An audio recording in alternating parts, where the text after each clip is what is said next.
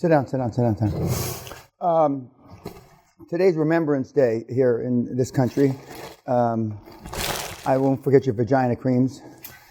In the 90s, we made you put it on. But now it's not, even with women. So it's Remembrance Day, and it's quite a big. Well, it's a big deal to anybody that's a vet. Today, on the 11th hour, 11th minute, there'll be a big deal across Europe. And for those vets in the room, we thank you for your service. And in that line, my last trip to Panama, Atlanta, New York City, and someplace else, I wore this baseball cap, and normally I don't. And I wore three different baseball caps in addition to this, and I put it online. I wore my Ferrari cap, because I have a Ferrari. I put my Bentley cap, which I have a Bentley, and I put my Apollo 7. Failure's not an option, which I'm not, but Pete Conrad, who I work with, who was the third guy to walk on the moon, he was Apollo 8. So, and then I wore this cap. The other caps hardly anybody looks at. This cap, dirty looks. I mean, I'm a big guy. Now, nobody came up and talked to me. Now, if I was a little weenie like some of you in this room, maybe somebody would have said something to me.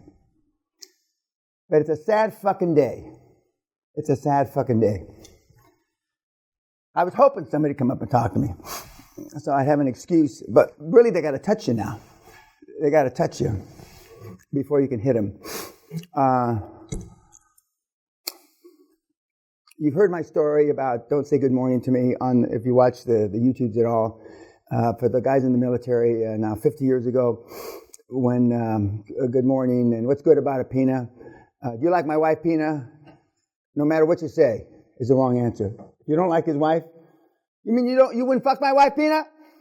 You sorry Mexican wetback? Oh, you would fuck my wife, Peña. When did you fuck my wife last, Peña? No matter what you say is the wrong answer.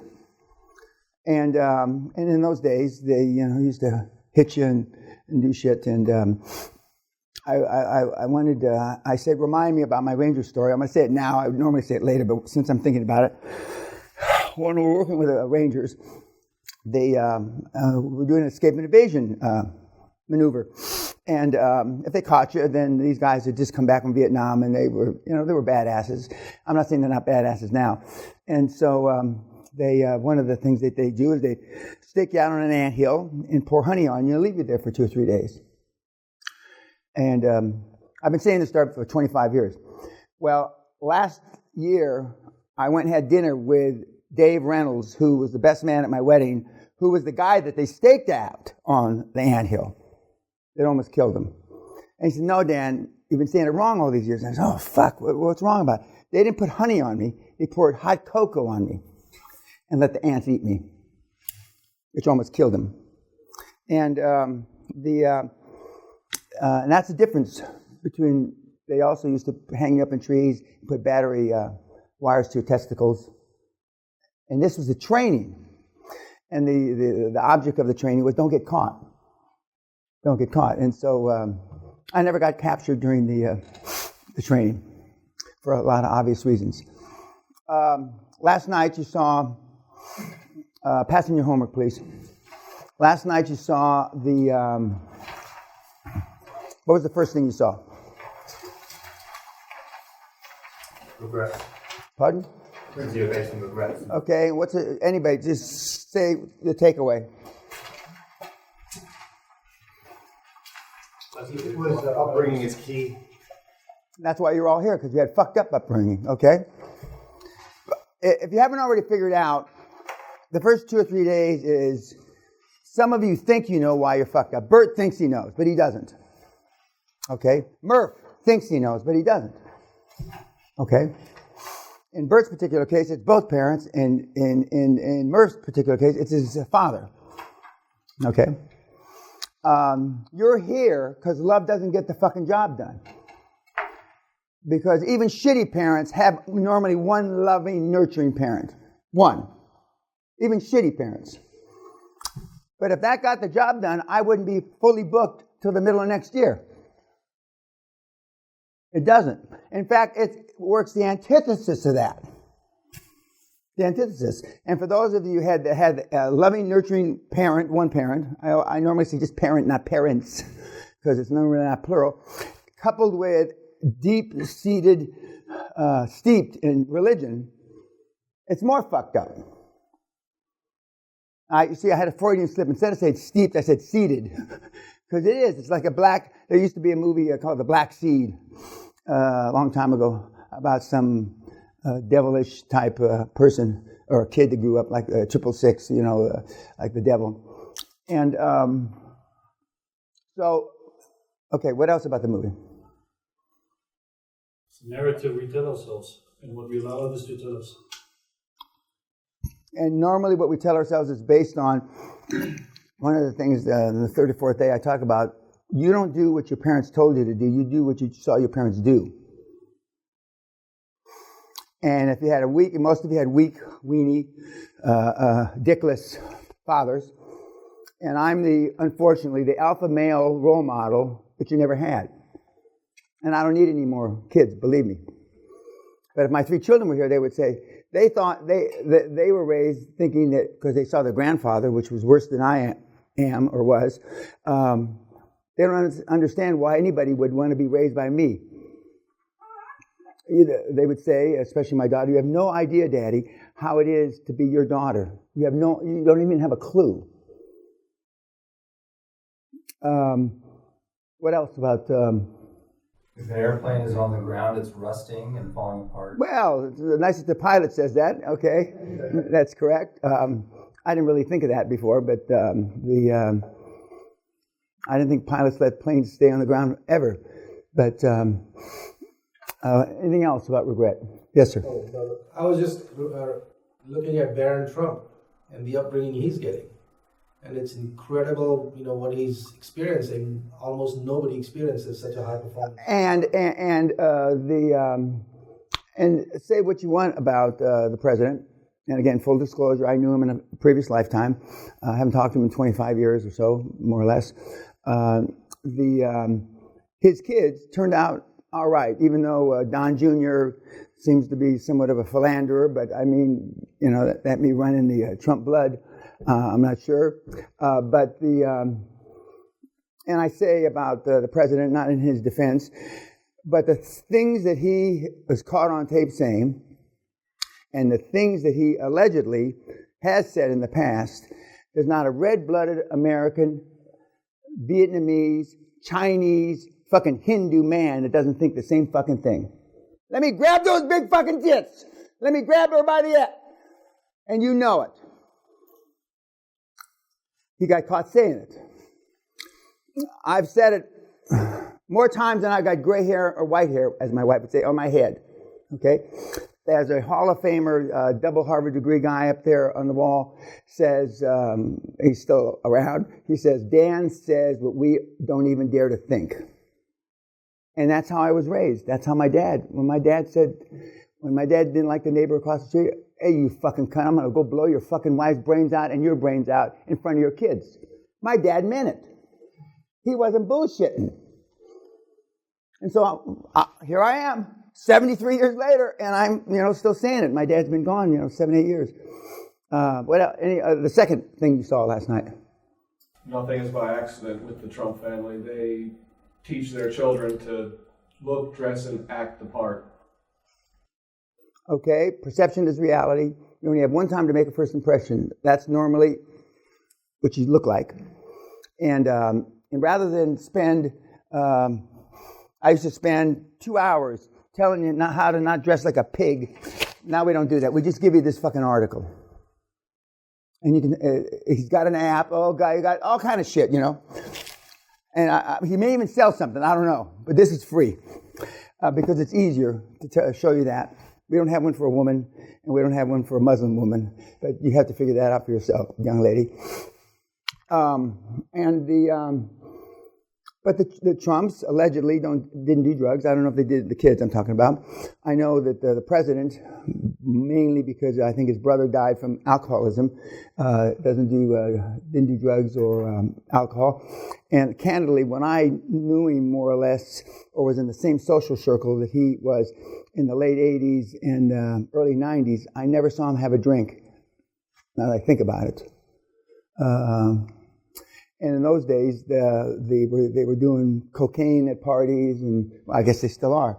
I wouldn't know. I don't go to parties. But for you social animals like you, Murph, I mean, they probably still do. Anything else about...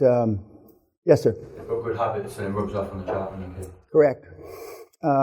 Jim Ryan, arguably the greatest miler that ever lived, that didn't win a gold medal at the Olympics, told me 50 plus years ago. 45 plus years ago. Good habits, or motivation gets started, Dan. Good habits keep you going. And I have extraordinary habits. I have most of the habits I had 45, 50 years ago, I still have. And now they're not habits, they're just me. It's my DNA. And show me your friends and I'll show you your future. Most of your friends, most of the people you hang and chill with are worthless pieces of shit. Should have rolled down the inside of their mama's leg. Never been born. And contrary to what you think, everybody doesn't deserve to be alive. That is horseshit fucking myth. Instead of 7.5 billion people, we should have about 500 million people. Unfortunately, not all like me. Sally said it would be a hell of a world if everybody's like you, Dan. Of course, my mother was telling me that a long time ago. And the few people that I still associate with that I knew 50 years ago, I got 5 guys that you would consider friends. 2 of them, one of them I met in 1956. One of them I met in 1957. One of them I met in 1959. And then the other 2 in 62. That's it. I don't have any more. And now they're getting old and feeble. They're problems. Friends are problems.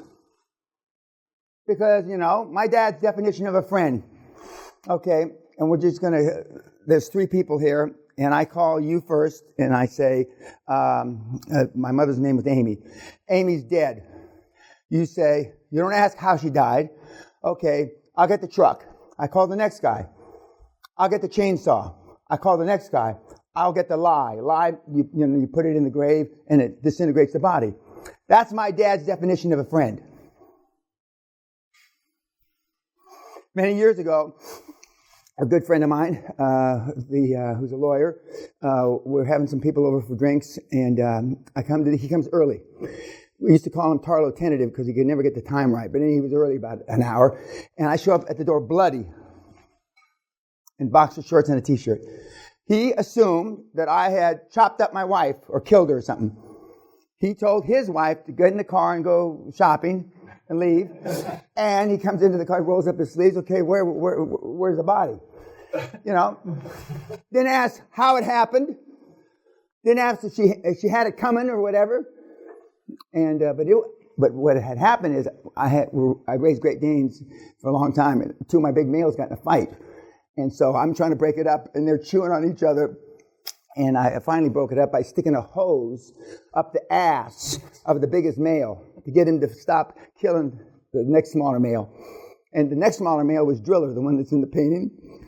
But this was Chewbacca. He was about 205, 210 pounds, and he was a big, mean, ruthless dog.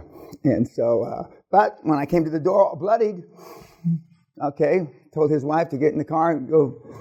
But now what would you do? Oh, okay, did you call 911? Right? It's a different world. And I'm a product of a different generation.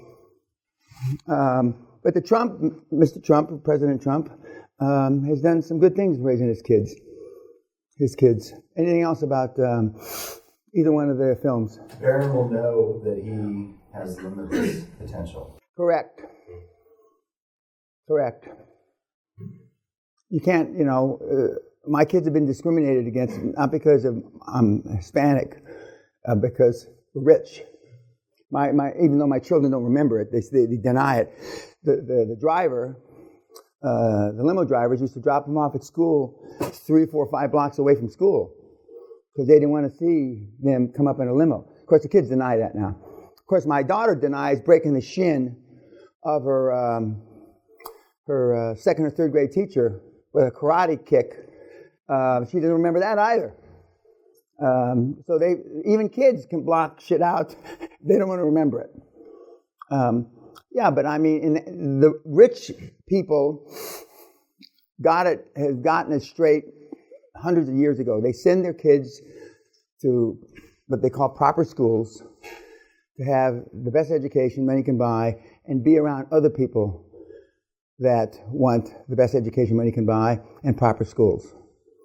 Like, unless you went to Cambridge or Oxford in this country, you can't, well, it's not that you can't be prime minister. There's not a law that says you can't be prime minister, but you can't be prime minister. That's it. When I spoke at Oxford and I did my homework, they have 16 prime ministers, I believe. And I don't know, Cambridge has 9 or something. That's where you go. They called those two schools combined Oxbridge. And it's not exactly the same in America, but a good portion of the former presidents of the United States went to Ivy League schools. There's a couple variations of Ivy League. A couple of them went to military academies, like Eisenhower and Ulysses S. Grant and Jimmy Carter. Yes, sir. You said that you were in the same social circle as Trump? Yeah. What kind of circle? Well, because we haven't got there yet, but you hire the best lawyers you cannot afford. Remember? Now, you've got everybody in this room has got a cousin, an uncle, a brother-in-law, or something that's an accountant or a lawyer. So you're going to want to go to them. No. You go to O'Melveny and Myers or Warren Christopher. That's how I met the former Secretary of State, Warren Christopher, because he was the managing partner of O'Melveny and Myers. And the name of the firm, the firm that I used, Trump used. And that's how I got to meet former governor of New York, Hugh Carey, who became on my board. He was part of my first dream team. Actually, my second dream team, because I amalgamated 2 dream teams. And that's how I got to meet Mayor Wagner, the former mayor of New York. And so the former mayor of New York, the former governor of New York were partners in this law firm that President Trump used, then Donald Trump. And so at parties, cocktail parties, Christmas parties, whatever. I'm pretty sure the last time I saw him was at the grand opening of the MGM Hotel in Las Vegas, which I believe was 1993 or 94.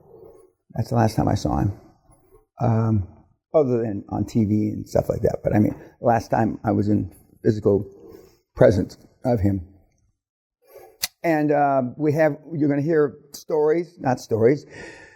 They are stories. They're true life stories from 8 or 9 or 10 of the mentees during the webinars that the people that they've met. And, and they're going to say, it's just like Dan says. And then I'm going to be sitting over here in this chair over here, and you're going to look at me, and it's like they have a script. I mean, it's like deja vu when the governor walked in, or the senator walked in, or the mayor walked in, or I get tired of hearing it. But you guys never get tired of hearing it. We could have a seminar that I could charge you the 20 grand and just have, TV with my mentees up there. And you get all mesmerized. Because even though some of you have done more homework than others to get here, some of you say that you've looked at all the gigs, which you haven't. There's 34 gigs of material. Now, the 8 that you're going to get or 9, I guess. You get 9 or 10, Kat? 9. You're going to get part of it's online, but there's about 25 gigs of material that's free on the internet. Free. And some of the very smartest guys and gals that come through the seminar, they spend the first few weeks, and this is not what you wanted to hear, and this is not what you want to do, memorizing the material. Okay, on that happy note, go fuck yourself, YouTube.